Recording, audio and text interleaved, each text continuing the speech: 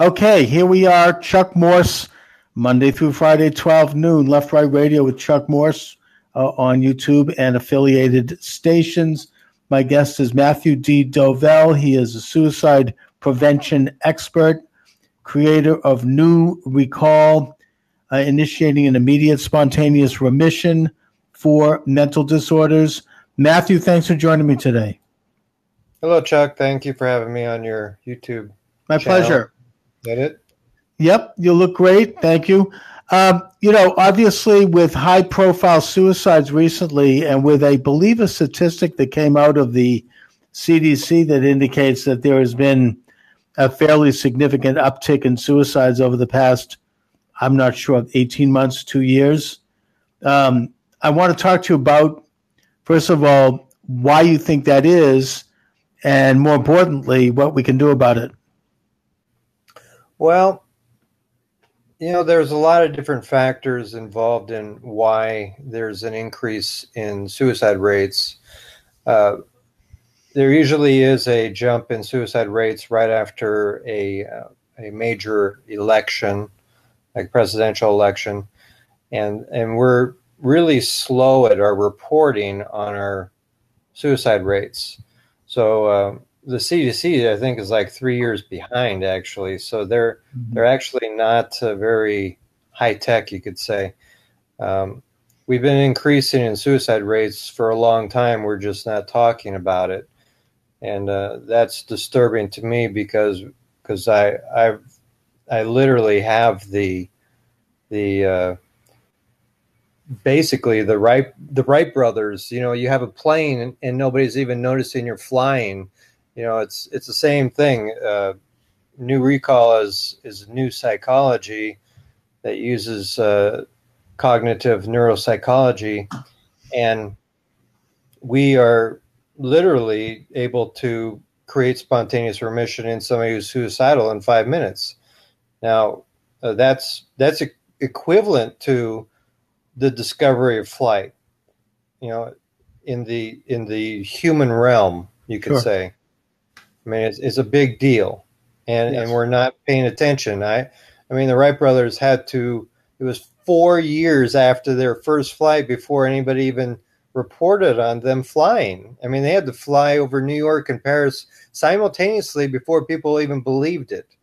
It's kind of strange how humans are, but we have to almost have a contagion type effect before we see a significant change in something that affects humans on a global scale.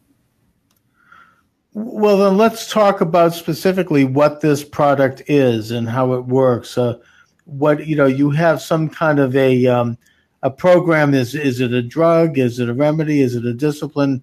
What is it, and how does it work?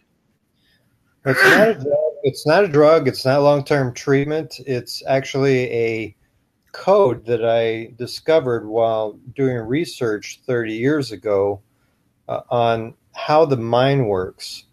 And it's a built-in mechanism in our brain that allows us to change hierarchy of memories, of past memories. So what we're doing right now, and what we've been doing since recorded time, is we're treating symptoms. A symptom is depression, anxiety, PTSD, phobias. These things are a symptom. They're not the actual issue. They are a result, cause and effect. You have a memory trauma, which can be anything from a harsh word to seeing somebody get murdered to being beaten and feeling the pain from that. And that's a memory. You create this memory that is actually on a level of 1 to 10, between 8 and 10. When that happens, those memories get stuck in our consciousness. And the reason for that is we need these type of memories so that we can trigger our survival instinct. And that is for food, sex, and danger. So those things we do need to be aware of. But when we have a trauma, these memories are not they're not serving us. They're not serving us. So what I've done is I've created treatment, basically it's 5 minutes. It's just talking to somebody.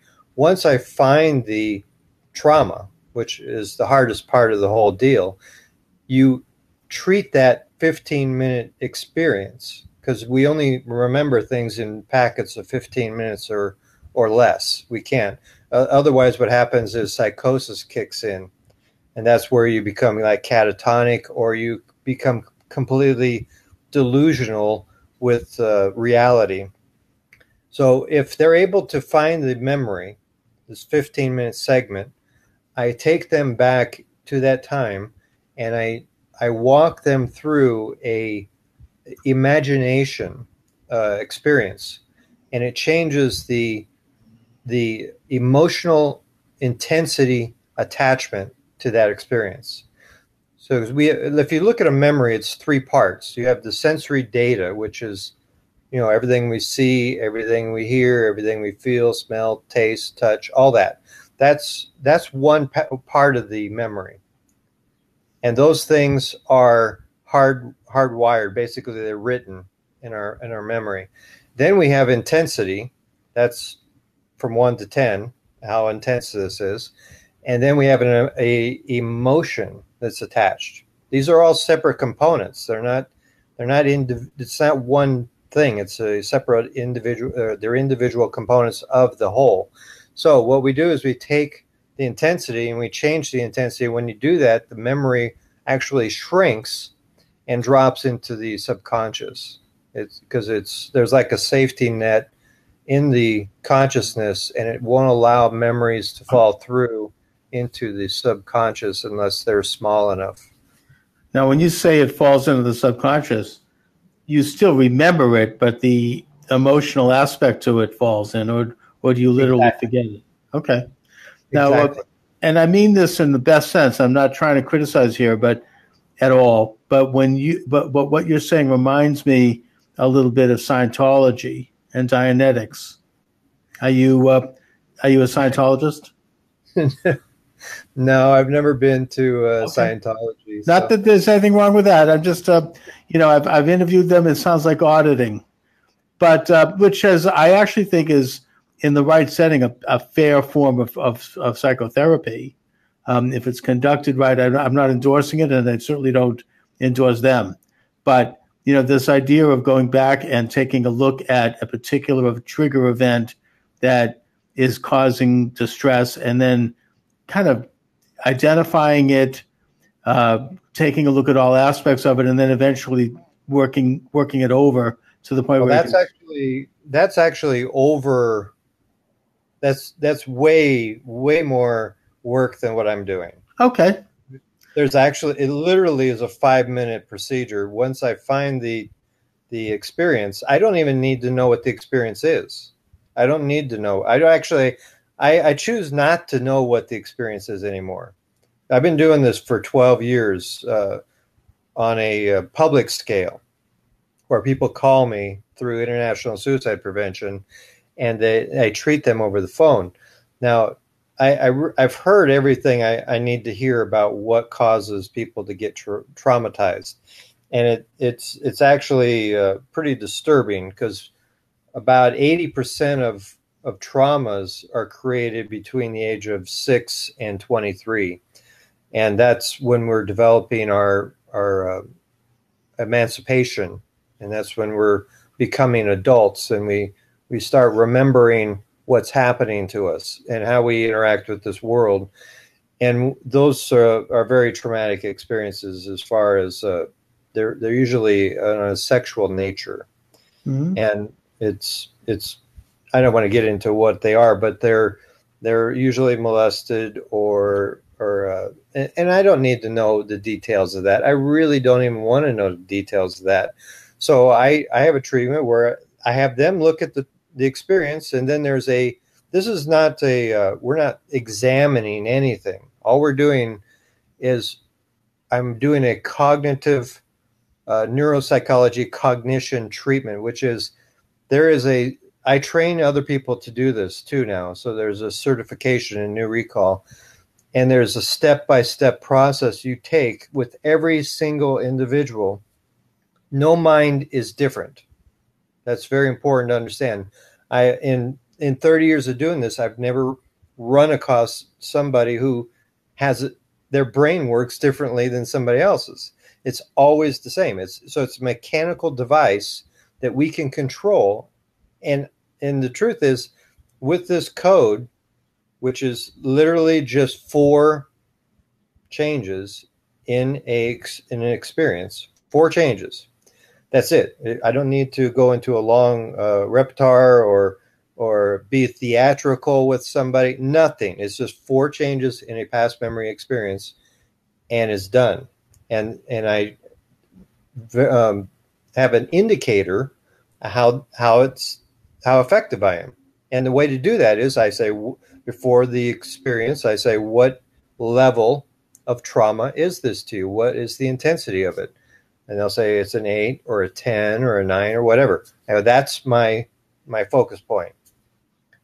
5 minutes later, I say, what's the intensity of that experience for you now? It's a 5 or it's a 0. I'm done. All I need is to drop the intensity by 2 points. Mm-hmm. Once that happens, it triggers a spontaneous remission.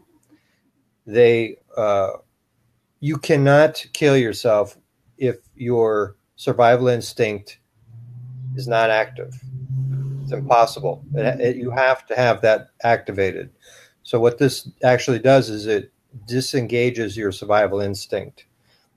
You can activate it any time if you're in danger or you need food or whatever. If you need sex, those things still activate your survival instinct. But I'm deactivating the survival instinct based on a past experience. Now, this could be 100 years ago, or it could be today, the experience. So you're in traffic, you get cut off, and you're pissed off, and you're like, okay, you can work the procedure on you immediately on that experience, and it will disengage the rage or anger that you're feeling because of that. Now, I'm developing an app that doesn't even require a human interaction. It's basically you follow the 4-step process, and it's just pictures, and you're looking at it. Now, that is where we're going with this. Right now, we're way ahead of what's going on. That's incredible. College. I mean, I'm developing this app so I can treat millions of people every day instead of just, the 2 or 3 that I'm treating. Right. And it also occurs to me that this particular treatment is effective. Why would it not be? It's effective for things other than just suicidal tendencies. I mean, it could be anyone who's dealt with trauma. It could be good for PTSD, for people coming back from war, people dealing with, who have been raped, people dealing with all sorts of, things, any kind of violent abuse that you can, it sounds like the kind of therapy that can address any of that and help release some of it and help put it into its right sort of context so you could get on with your life. Yeah, there are actually 3 treatments, and they treat different things. One is for, it's called 4-phase, and it's for a singular event, a singular 15-minute experience.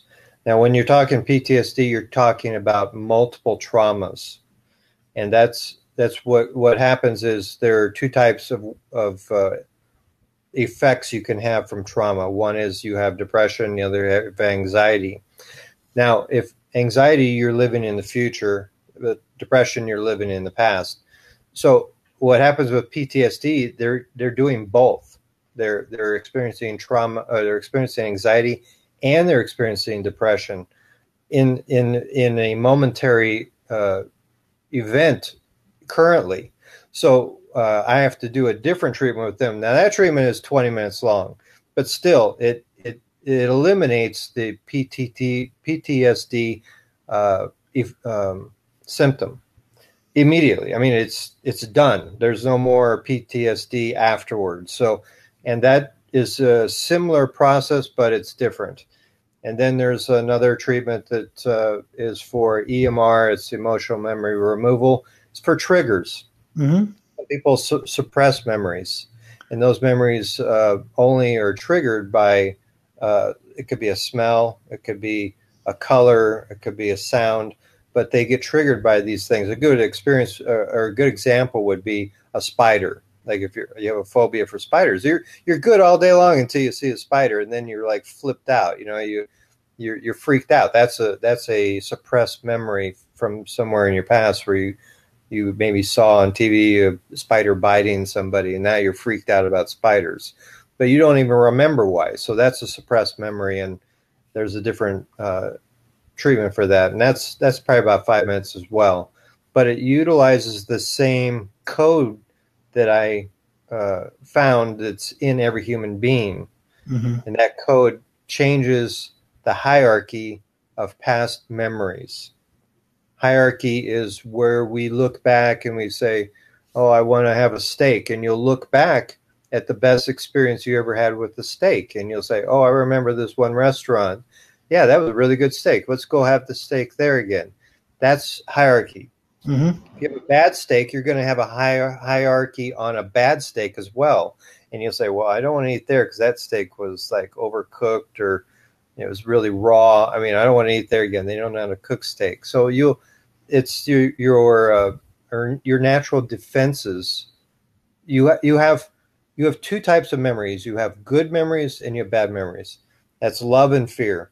And your fear memories are stored on this side of your brain back, and this side is the love experiences in their back. Now, all your memories are not even stored in your head or your brain. They're access points in your frontal lobe, and they access the memories backwards. When you think about it, you're looking for something, you're looking back. So these are access points to past memory experiences. That's why when they give you a lobotomy, they go in and they destroy the part of the brain that accesses those memories. But then you can actually reactivate those memories because your brain is pretty powerful, and it will search for a way to reconnect to those memories again. So lobotomy is very very extreme. It's barbaric is what it is. And it's no longer done. I mean, it used to be actually. They actually do it still. So who does it? They still do lobotomies. Is that right? If you look for extreme cases, they're still doing lobotomies. Yikes! I mean, that's horrendous. It is. The business of increased suicide. I wonder if that might have to do with the fact that people are not admitting to themselves that this is what's going on, mainly because there's a stigma attached to it, or they just don't want it. They become secretive about it.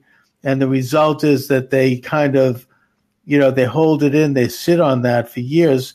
Eventually, it all happens. Right. I think that there needs to maybe be a sort of more of an acceptance of it as part of the human condition.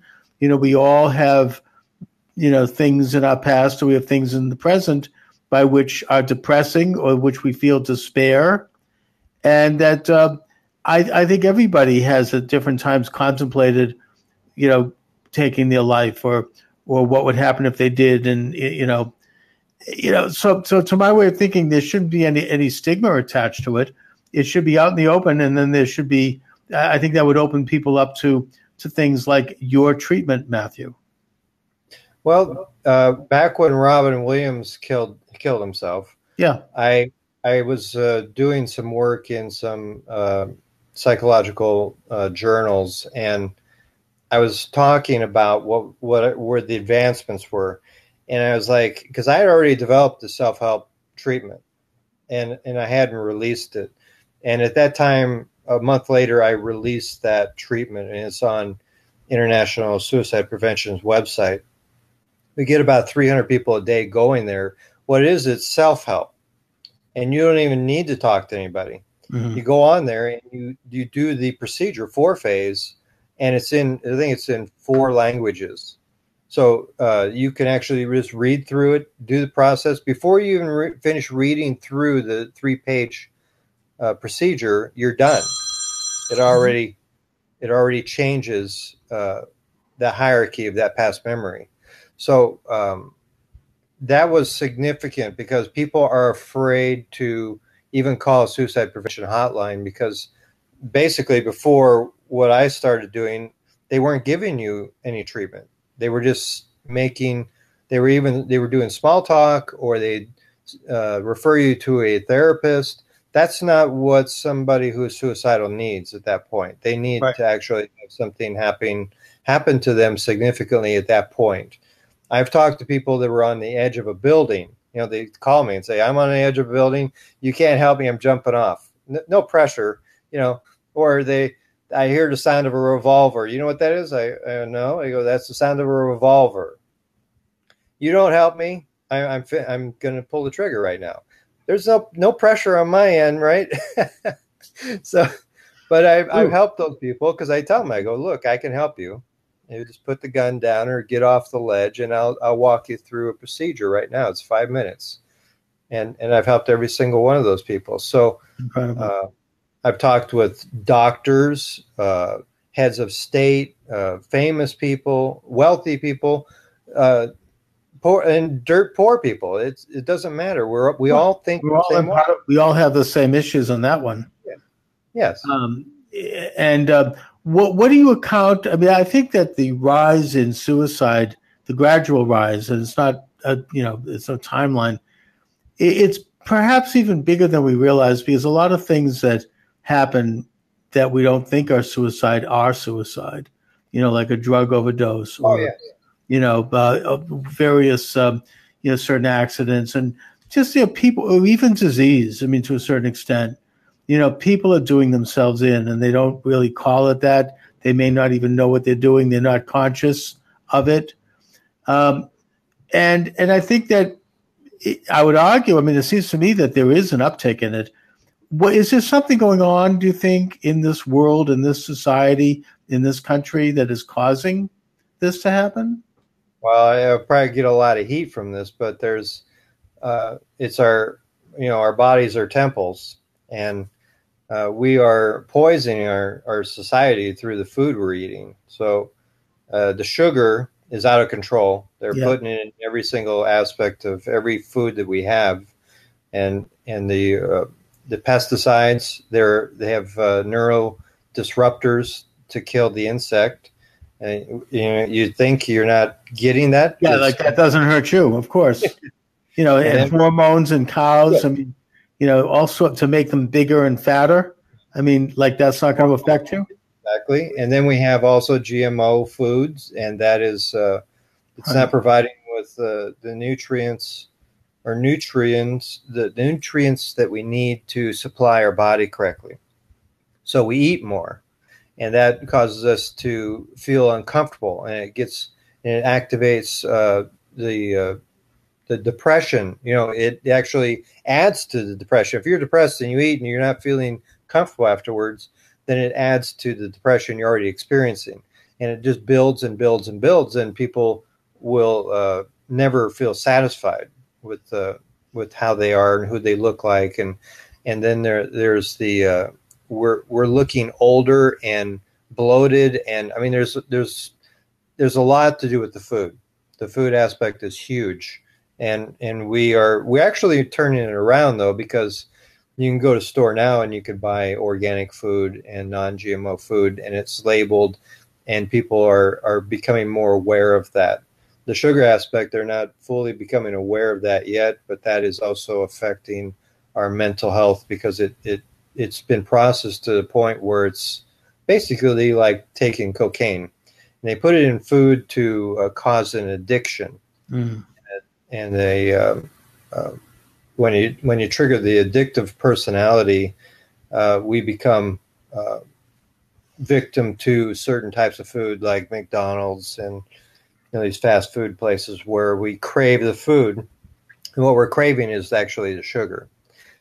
So right. We buy foods that have no added sugar. And of course, McDonald's and Dunkin' Donuts and whatnot, not to single them out, but they're doing this deliberately. They're loading it up with sugars, and it hooks people on the sugar, makes them fatter, and then they want more of it. And it's particularly insidious with lower income people. Yes. We wonder why we have an obesity problem, and then of course the obesity feeds into the mental state. I had a man on the program who wrote a book called Genocide by Food, who talks about how this has targeted the black community, young black men. He says one of the reasons they're violent is because of what this is doing to their brains and their bodies, and they don't really even know it. But they're on this cycle where they're getting fatter and they're having strokes and they're having health problems, and it causes violence. So, I think that clearly is all tied into this.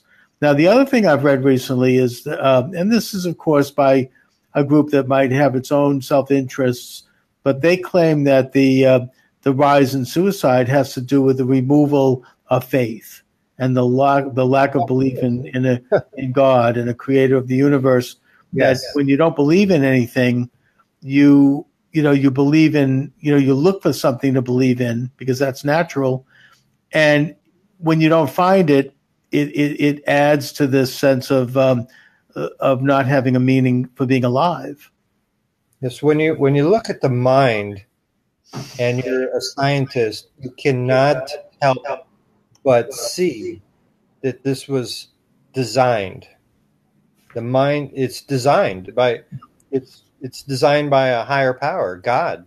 There is no doubt in my mind. How could something so incredibly intricate happen by accident? I mean, if you look at under a microscope, the eye of a bee, it has like a million different facets, all perfectly arranged with different colors and different shapes that are all absolutely perfectly diametrical. I mean, how could that just happen, by mistake? I mean, it's so I think it's evident what you're saying here. It's absolutely amazing to me to think that someone would think this would happen by accident, and that there is actually it's mechanical, like I said. So somebody had to design that aspect of our mind, and it's actually, the truth is, what we're doing and what we're talking about is forgiveness. So when you go back to a memory, we're talking about you're either forgiving yourself or you're forgiving somebody else. So the process is that, but it's very quick. It's not a long, drawn-out process. It happens literally instantaneously when you agree to it. Now, if you know how to do it, that's different. I don't think anybody's actually talked about it. How do you really forgive somebody? Because if you're thinking about something that's happened to you or something you did that you regret, then you're not able to. You can say it all day long. I forgive you. I forgive myself. But unless that memory hierarchy actually changes, you're not going to forget about it, and you're not going to forgive because it's going to keep coming back. So this is actually a process that allows you to forgive, and it stays forgiven. It's done. Yeah, I mean, and in a way, the whole act of forgiveness is it's also, it's a religious thing as well, because you can find forgiveness and redemption through confession and through a sense that there is a higher being that can forgive you, and that you can then move on. That there is, that there's always a possibility of righting a wrong or recognizing it and then growing. It's part of being alive. Matthew, where can people find out more information about you and get your products? Well, the actual Nu-Rekall treatments are free. I don't ever charge anybody to do those treatments.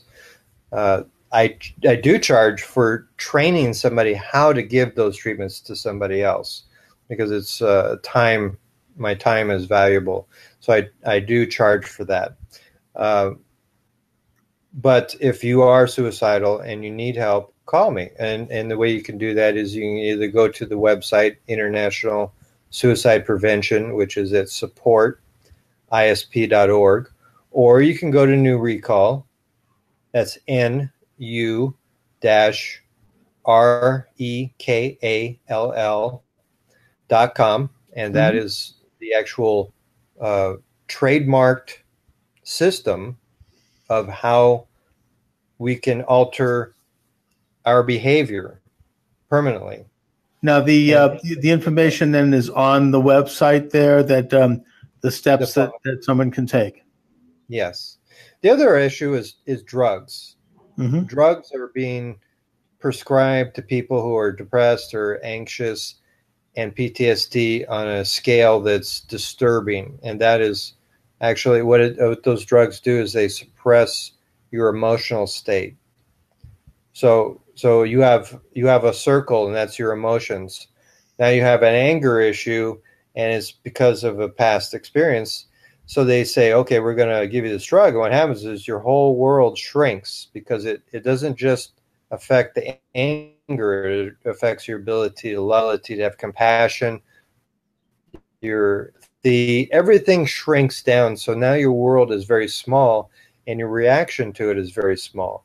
So it causes more problems. And I always ask people when they call, are you on medication?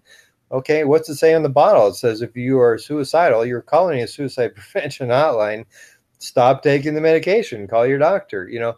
But I'm saying I will treat you, but you got to use your own mind and common sense to say, hey, you know what?